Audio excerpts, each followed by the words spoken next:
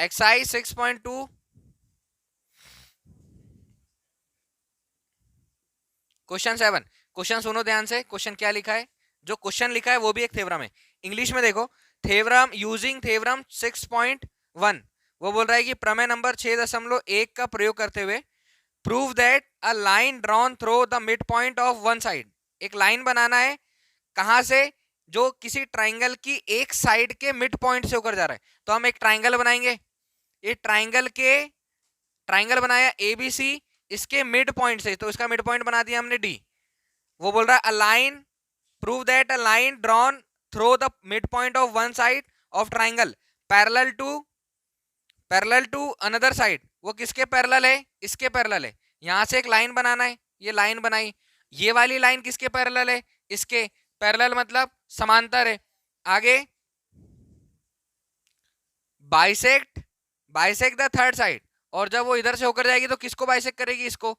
तो बाइसेक्ट मतलब ये हो गया ई, तो ई को काटते हुए जाएगी तो उसके मध्य बिंदु पर काटेगी। हिंदी में सुनो, किसी एक त्रिभुज की एक भुजा के मध्य बिंदु से, एक त्रिभुज की एक भुजा के मध्य बिंदु से खींची गई सरल रेखा जो कि किसके समांतर है, दूसरी भुजा के समांतर है, तीसरी भुजा को समद्विभाजित करती है। समझ आया। तो प्रूफ क्या करना है हमको, पहले जो प्रूफ करना है वो लिख देते हैं। क्वेश्चन नंबर 7, टू प्रूव मतलब सिद्ध करना है, सिद्ध करना है।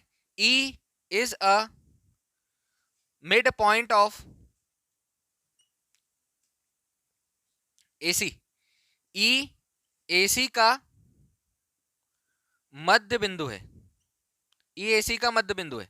इसका मतलब ए किसके इक्वल होना चाहिए, ईसी के। गिवन, गिवन मतलब दिया है, क्या गिवन है, दिया है इन ट्राइंगल एबीसी, त्रिभुज एबीसी में D is a mid point of AB, D AB का मध्य बिंदु है, डी एबी का मध्य बिंदु है। डी किसका मिड पॉइंट है, एबी का। तो एडी किसके बराबर हुआ, डीबी के बराबर। और एक और चीज देकर रखी, यहां लिखना है, एक और चीज देकर रखिए, डी किसके पैरेलल है, बीसी के। ये क्वेश्चन में दिया है कि डी मिड पॉइंट है, और एक जो लाइन बनाई है वो किसके समांतर है, इसके समांतर है। आप सिद्ध करके बताइए कि ई मिड पॉइंट है क्या। ई जो है मध्य बिंदु है, किसका मध्य बिंदु है, एसी का मध्य बिंदु। ये प्रूव करना है।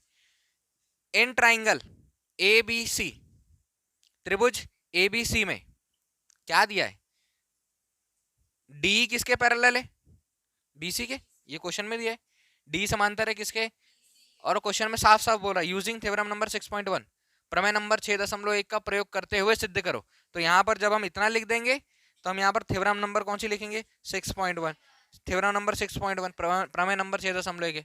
प्रमेय नंबर 6.1 क्या बोलता है, किसी एक त्रिभुज में किसी एक भुजा के समांतर खींची गई रेखा जो दो भुजा को प्रतिच्छेद करते हुए जाती है या डिवाइड करती है, तो वो दोनों भुजाओं को समान अनुपात में बांटती है। सीक्वेंस से परफेक्ट उसमें से उठाकर लिखना है बुक में से, ठीक है। सब लोगों ने याद की भी है, कितने बार लिख ली 15-20 बार, बिल्कुल। थ्योरम नंबर 6.1 एग्जाम में भी स्टेटमेंट लिखनी है, मैं डायरेक्ट लिख देता हूं। अब जब स्टेटमेंट लिखेंगे तो क्या हो जाएगा, एडी बाय डीबी, यही हो जाएगा। एडी बाय डीबी किसके इक्वल हो जाएगा, एई बाय, इसमें कोई डाउट है क्या। और क्वेश्चन में क्या देकर रखा है, एडी किसके बराबर है, एडी किसके बराबर है, डीबी के। तो हम यहां पर एडी की जगह पर डीबी लिख सकते हैं, या डीबी की जगह पर क्या लिख सकते हैं, एडी। तो क्या करो, एडी की जगह पर डीबी लिख दो, और बाय में डीबी की जगह पर डीबी लिखा रहने दो, इक्वल एई बाय ईसी। इससे ये कैंसिल, ये वन टाइम, ये वन टाइम, तो ये एक स्टेप बढ़ा दे रहा हूं तुम लोगों के लिए। एई बाय क्या हो गया, ईसी, इसको इधर ट्रांसफर कर कर लाओगे तो ईसी, इसका इधर गुणा करोगे तो क्या हो जाएगा, एई। देखो क्या प्रूफ करने के लिए रखा था, एई किसके बराबर, ईसी के। एई किसके बराबर, यही प्रूफ करना था। अब जब एई बराबर है ईसी के तो दिमाग लगाओ, जब एई किसके बराबर है, ईसी के, तो ई बीच में होगा, और ई बीच में होगा इसका मतलब क्या, E is a mid point, E is a mid point of side AC. E भुजा एसी का मध्य बिंदु है। ई क्या है, ई क्या है, मिड पॉइंट है किसका, एसी का। तो ए किसके बराबर है, ईसी के। ए को किसके बराबर प्रूफ कर दिया हमने, समझ आया, इजी है। थ्योरम खुद जो क्वेश्चन है वो थ्योरम है और थ्योरम से ही प्रूफ करना था। Question number 8, using theorem 6.2 prove that the line joining the mid point of any two side of a triangle is parallel to the third side. किसी त्रिभुज में दो भुजाओं के मध्य बिंदु को मिलाने, जो इसके पहले हमने क्वेश्चन किया है क्वेश्चन नंबर 7, उसी का उल्टा है। उल्टे का मतलब ये हुआ एबीसी, और अभी हमारे पास गिवन है, क्या गिवन है कि जो डी है मिड पॉइंट है किसका, एबी का, और क्या गिवन है, एसी का मिड पॉइंट क्या है, ई। तो वो बोल रहा है कि किसी दो भुजाओं के मध्य बिंदु को मिलाने वाली रेखा तीसरी भुजा के समांतर होती, ये वो प्रूव करने के लिए बोल रहा है। प्रूव करने के लिए क्या बोल रहा है, अभी इसके पहले वाले क्वेश्चन में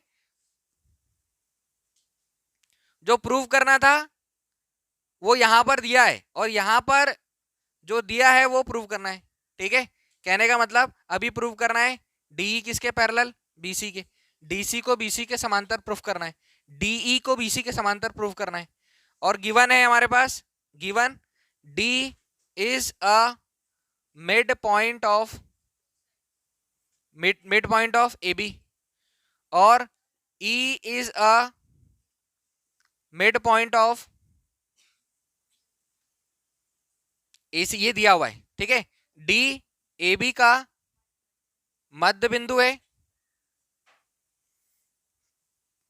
और ई ए सी का मध्य बिंदु है। इसमें कोई डाउट है क्या?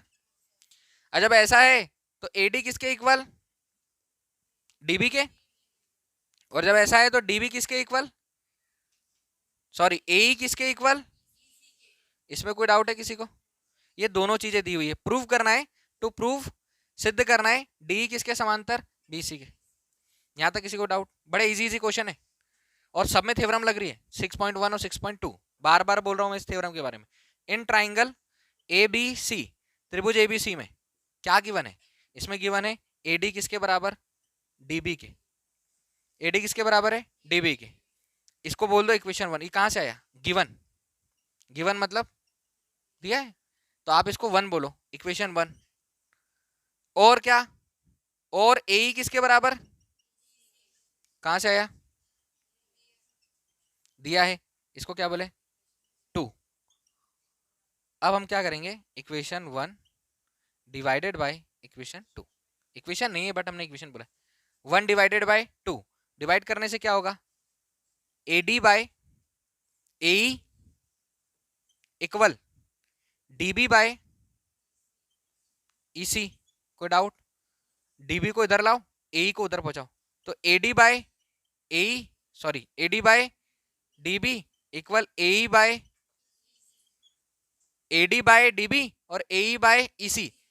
थ्योरम नंबर 6.2, अगर किसी त्रिभुज में दो भुजाओं को समान, दो भुजा अगर समान अनुपात में विभक्त है तो वो तीसरी भुजा, उसको मिलाने वाली रेखा तीसरी भुजा के समांतर होती है, यही लिखा है। तो यहाँ पर पूरी स्टेटमेंट आएगी 6.2, जहां स्टेटमेंट लिखोगे सब क्लियर हो जाएगा। थ्योरम जहां ये स्टेटमेंट लिखोगे 6.2, उसके बाद आप लिख सकते हो डी किसके समांतर है, डी समांतर है बीसी के। आया समझ?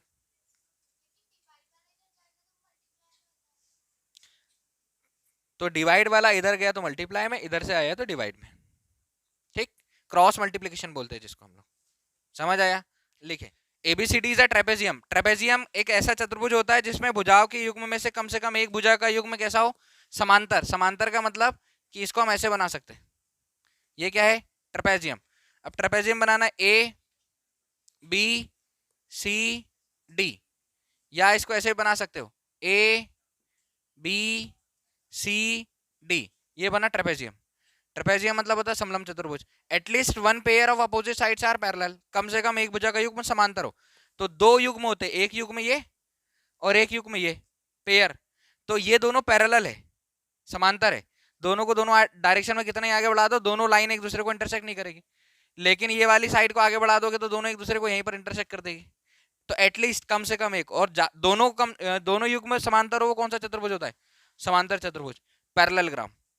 चलो क्या बोल रहा है, which A B parallel DC, A B किसके पैरेलल है, डीसी के, गिवन है, दिया है A B C D is a trapezium, A B C D समलंब चतुर्भुज है।